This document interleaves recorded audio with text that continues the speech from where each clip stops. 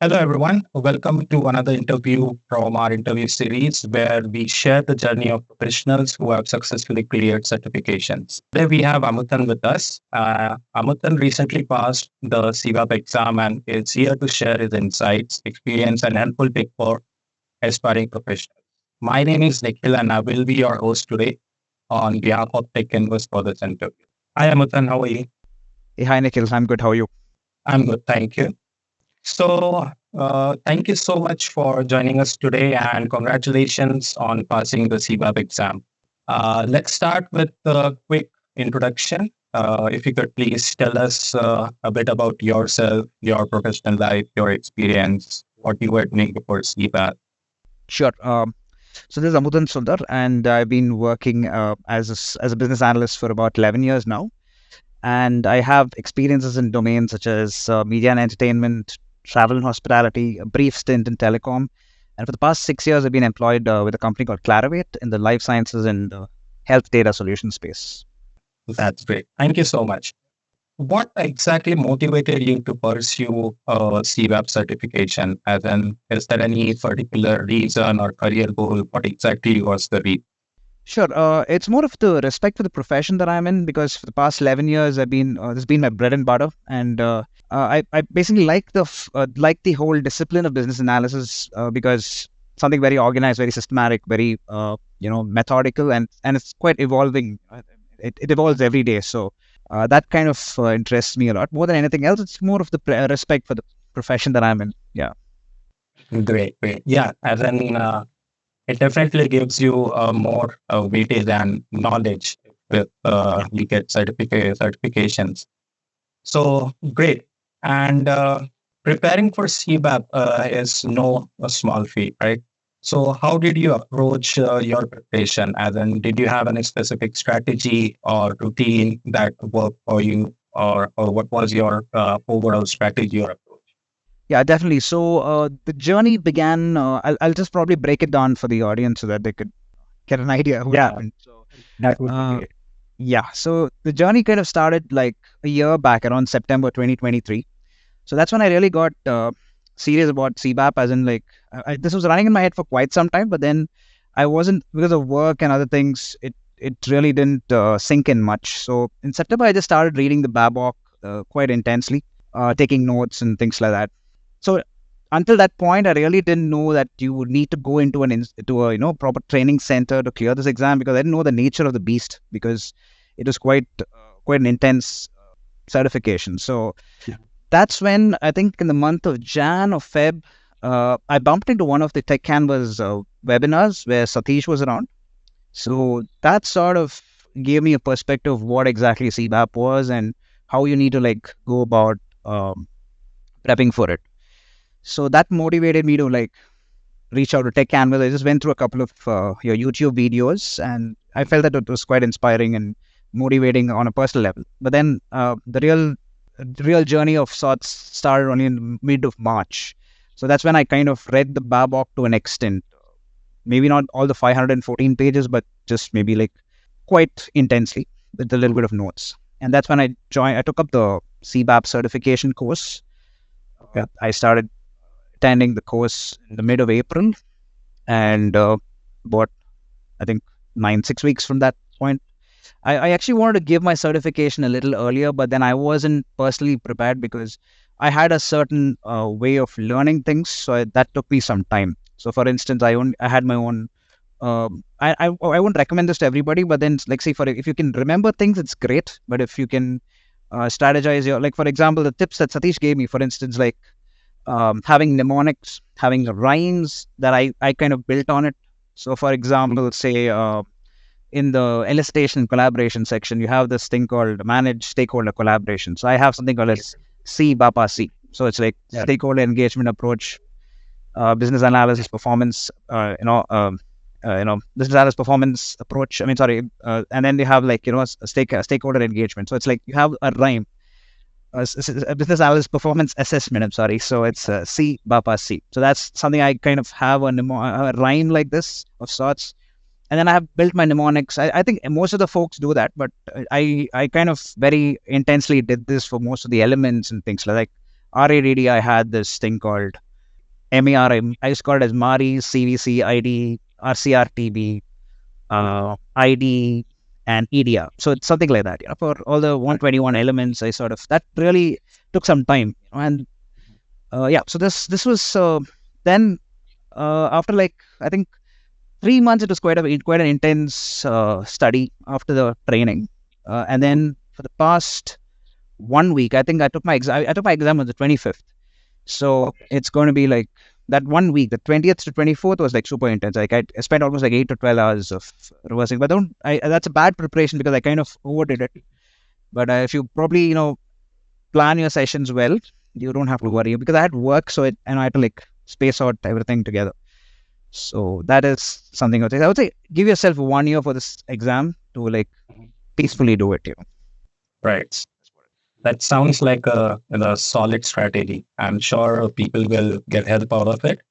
And yeah, as in recalling and remembering as per the convenience, it always helps. As in learning is something that is individually and it is very much personalized. So, but overall, if you see the strategy or the tips that you mentioned, will definitely help people who are aspiring for the CBAP certification. So, solid strategy, I would say. And obviously, when you were preparing, so did you encounter any major challenges during your preparation? And if so, then how did you come as an overcome them?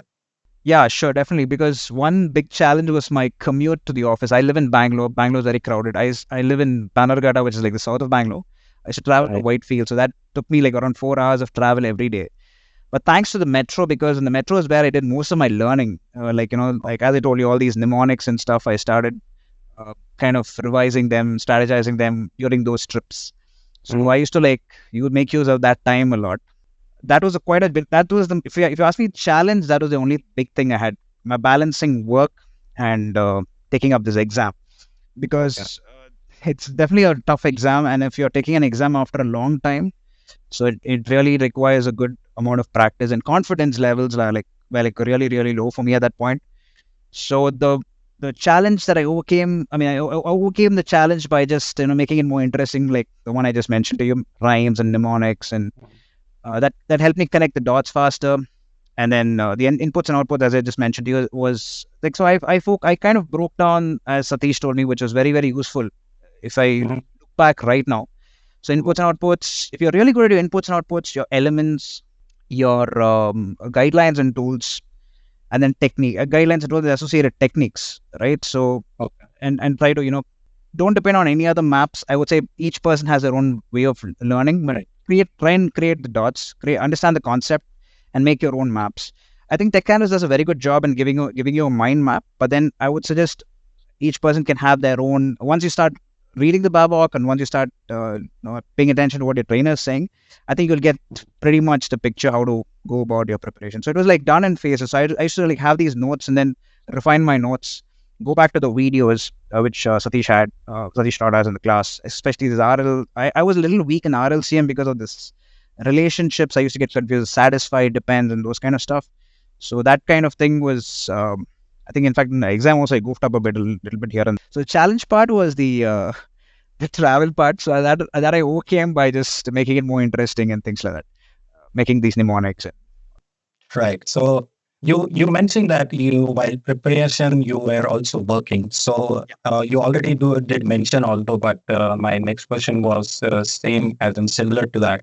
That what was the strategy or what was the timing that you were dedicating to the work? Because working professionals obviously they don't really have the timelines as such. As in anytime we can get some extra work, working hours can be exceeded at times. So, as in how was you able to manage and tackle that problem?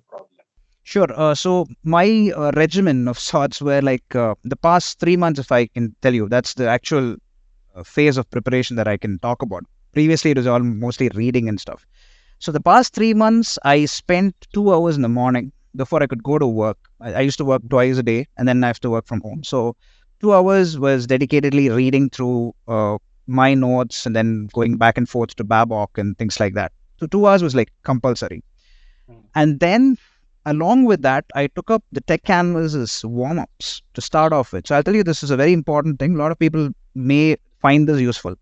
So the warm-ups, you do it like almost religiously every day, right? In a week's time, you'll be like done with most of the core, areas, like the basics. And then just move on to the next, which is the drills, which is the customizable questions, which is about like 60 and techniques and 50 and RADD and so on. So the most important thing I would suggest people to do is not to take a knowledge area and do it. Just do it like in one full batch. Like go ahead, like go like one, twice, thrice, all the knowledge areas and techniques. Perspective is pretty much one set of 10 questions that is there in the training material, but just do it like in one batch. It'll take roughly about an hour, maybe an hour and a half to start off with. But then when you keep doing that, I think you'll be able to like face tougher scenarios like the mock-ups and things more easily. So there's no point in like just taking one knowledge area. That's good for the starters, but then once you're comfortable, just move on and just start taking the whole batch of 60. It'll take about an hour, 45 minutes or so. You might know the answer very well. Do not kind of memorize it. You'll be so tempted to do that. Try and, understand your purpose, why you're doing this for. So then that makes you kind of refer back and forth to BABOK. So that was kind of useful for me to an extent. I also would suggest the drills and the crosswords to an extent was a kind of a refresher. That is quite tough, in fact. It's not as easy as you think. So it was quite useful. So I'll tell you how the Techcanvass material is like really rigorous, and the level of difficulty is kind of in par with any study material out there. I also had this watermark for some time. Okay, so if you take this one and I took the Techcanvass one and then I went to the watermark one just for last minute preparations and stuff. I bought that one, so it's like it's in fact the Techcanvass one is much more tougher than the watermark one. So the level of difficulty I would say was tougher in the basic package that you get with. I think it's only one package. So that package that you get in Techcanvass is quite rigorous and intense. So the 4 mock-ups that you give, I would say just keep the mock-ups towards the end, because some people, they exhaust sort of questions and they feel like, wish I had more, or, they kind of feel like they don't want to buy and things like that. Save it up for the last 1 month of before giving the exam. Set a date, take the exam as quickly as possible. Do not procrastinate. So I made that mistake. I wanted to take it in September, then I prolonged it by a month. I was self-doubting and things like that. It's great to hear about the persistence that you showed in the entire journey. And you mentioned that take the exam as soon as possible, and then don't give a big amount of time in between of preparation and exam. Yeah. So how do one decide as to when is the right time to take the exam as per you? Good question. So as you just mentioned, right, the journey is the most important part. The destination is pretty straightforward. You will definitely pass if your preparation is good. The journey is what you have to not spare an expense. So a lot of people I'll give you one important tip. First and foremost, please don't think twice in buying a study material. A lot of effort has gone into making these study materials. There's a lot of logic that goes into the Techcanvass. The material there's no point in somebody taking your material and doing the mock-ups later on, because you see, you've done a path, as I told you, right? This drill that you keep doing every day shows you what level you stand, the percentage and everything.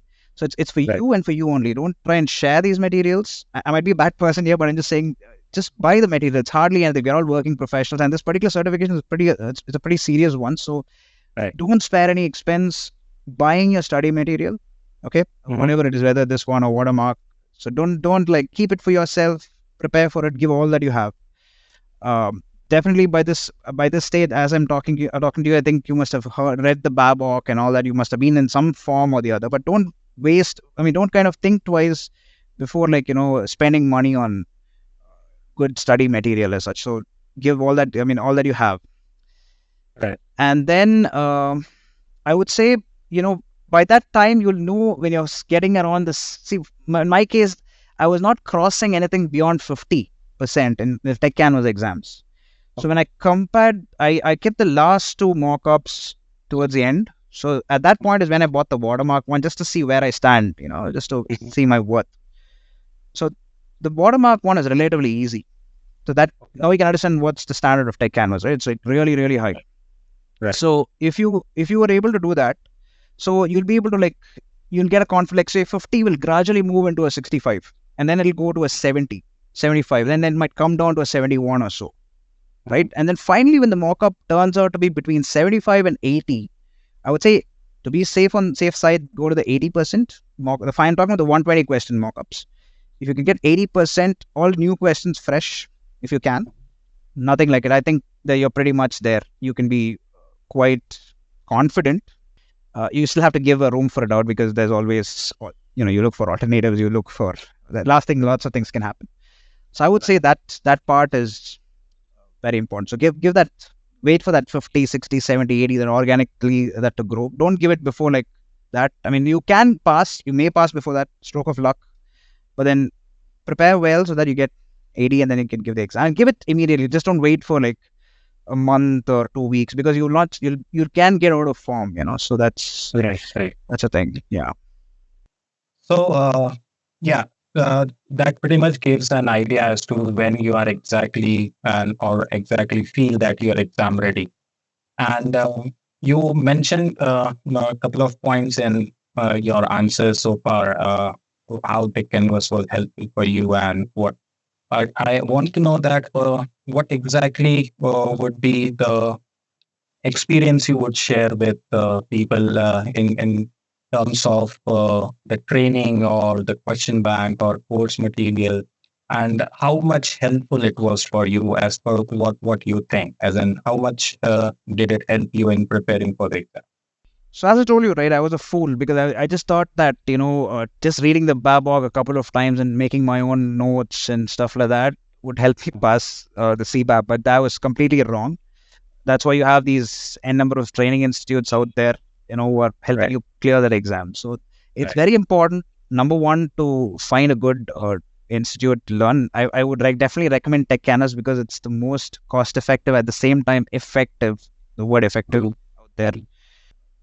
The trainer was just mind blowing, Satish. I really owe it to him to a great extent because his approach was very, very useful. As it was like a slow attack. The only when you started preparing for it, his inputs and his strategy came in very handy actually. So I would say you have fantastic trainers. The recorded access to the recorded video is quite useful when when I was of course listening to it in like a couple of times on high speed, but then that was very useful, especially in techniques and stuff like that. You can't sometimes you just really you want to know what exactly how quickly you can conquer something. So that way those materials were very, very useful.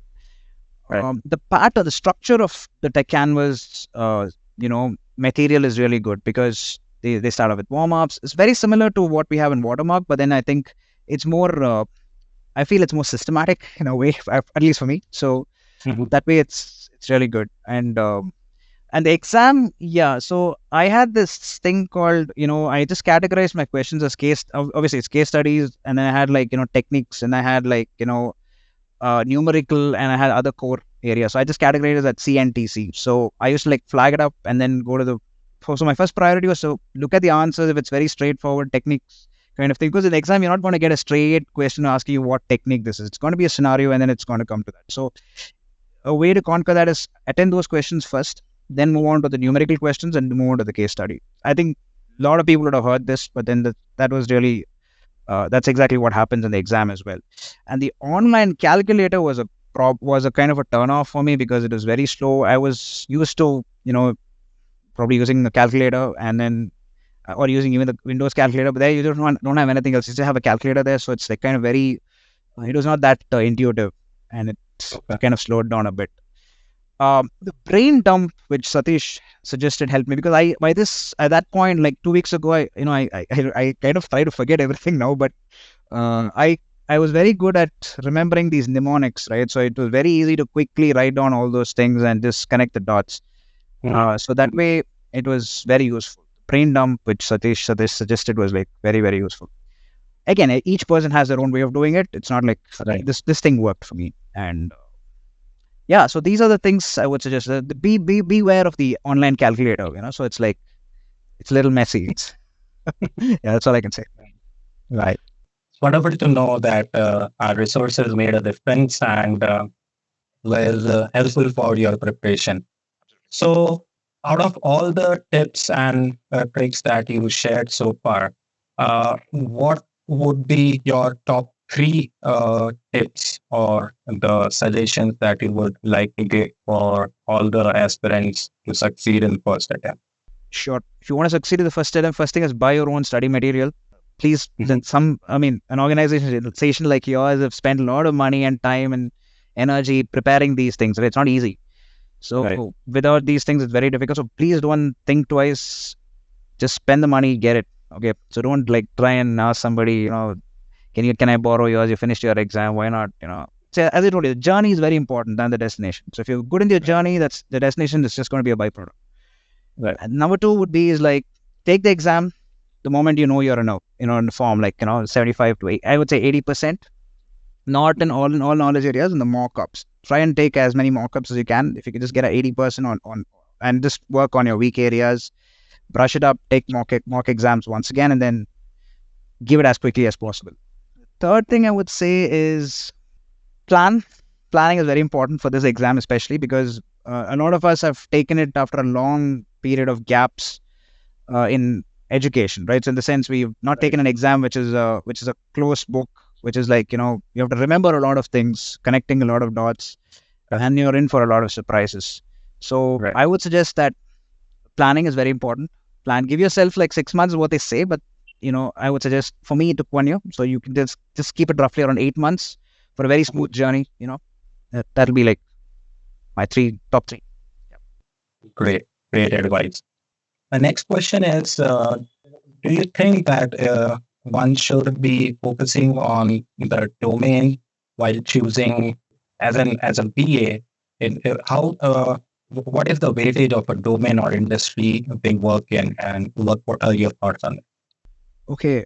Again, there are difference of opinion in this. There's a difference of opinion because the market expects certain things when you're at the interview table, right? Mhm. Whereas what the best practice would be is to be domain agnostic. So you can get a lot of experience from a different domain, draw parallels with the domain you're in, Mhm. and do things like that. But then the reality in the industry is that, like for example, if you take the domain of banking, so let's say if you're in investment banking, you cannot move into payments. So they expect people to be domain experts only in payments. So that's the Correct. sort of the reality. So I would say doing a CBAP and not kind of educating the market, saying that we could definitely add value because it's a best practice that we bring in addition to our domain knowledge, would be a good first step. I mean, you can't deny the fact that you can't even get into the interview without having a domain expertise, but you can still, we could do our little parts for the industry, Right. saying that being domain agnostic adds a lot of value. I would say, and that's my perspective. The reality is something else. It's like they expect only people from in reality they expect domain subject matter experts to be business analysts. That's not Right. what Right. it is, right? So it's we are kind of very neutral, very objective folks. So we don't want to like be like tied to a domain, and but reality is different. So I can so I would say it's a mix of both, but I think we should slowly start because that's a whole that's this certification empowers you to do that, Mhm. to educate the industry that business analysts from different domains can add a lot of value in terms of practice, in terms of different thoughts, creativity, whatnot. So that's Right. that's my perspective. Right. Great. So the reason why I asked this question is because you mentioned in your answer itself that BAs are considered to be with multiple skills and uh, knowledgeable person, as in they should be subject matter expert. They should know how to gather the information, stakeholder management. So these are the part of it. I understand, but then not everybody can know everything, right? So Yeah. it should be a reality for everyone that BAs do their job as a BA, right? That's the main reason why I asked about this domain specific. Great. So Great advice. I'm sure it will be very helpful for the aspirants and our viewers. So thank you for sharing your journey and those valuable tips. We sure that your insights will be helpful for the CBAP aspirants.